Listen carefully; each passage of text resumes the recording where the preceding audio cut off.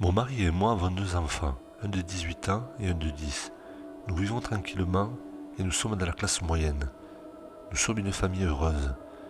Mon fils aîné est à l'université. C'est un athlète de l'équipe scolaire, un bon élève. Il vit à 2 heures de chez nous à l'université, mais il vient parfois quand on lui manque.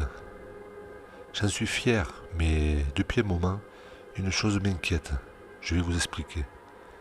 Je m'endors très tard, à 3 heures du matin. Je travaille dans le salon sous mon ordinateur et j'écris un roman. Du fauteuil que j'utilise, je vois de l'avant de nos escaliers au deuxième étage. La maison a les planchers en bois, juste pour vous raconter. Un soir, j'ai entendu un bruit sur le bois au deuxième étage, réalisant que quelqu'un s'était levé. Et là, je vois mon fils aîné descendre l'escalier. Je lui demande s'il a faim ou besoin d'autre chose, mais aucune réponse. Continuant à descendre l'escalier, arrivant en bas, je le regarde. Et une chose m'effraie. Ses yeux étaient grands ouverts, pas une chose humaine. Les pupilles avaient disparu, ses yeux blancs. Sa tête n'était pas bien, car son cou semblait être juste d'un côté. J'ai voulu partir dans la chambre, à côté, et il se tourna vers moi et me sourit. C'était horrible. Il a tourné dans la maison, 20 à 30 minutes, et est allé se coucher. Je suis resté enfermé dans la chambre toute la nuit. Le matin, à son réveil, il était normal. J'en ai parlé de cette histoire à mon mari, et il m'a dit peut-être que c'est le stress des études. Tu sais, en ce moment, il est sous tension entre le sport et son examen. Le lendemain, j'ai décidé de travailler dans l'une des chambres d'en haut avec la porte fermée.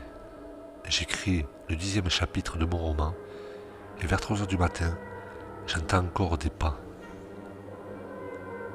J'appelle mon fils, aucune réponse.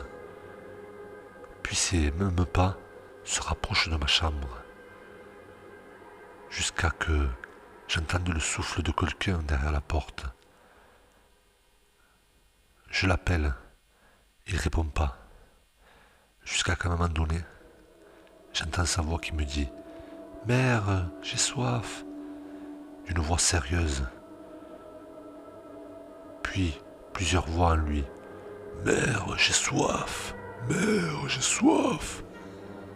Et le pire, c'est qu'il ne m'appelle jamais mère, juste maman. Des coups à la porte. Il crie, il m'appelle. Je mets mes écouteurs dans les oreilles. J'essaie de l'ignorer. J'étais en panique, effrayé. Il est resté là pendant 30 minutes à taper dans la porte, essayer de rentrer. Puis, il est parti dormir. J'en ai parlé à mon mari. Il a dit que j'exagère encore. Je ne sais plus quoi penser.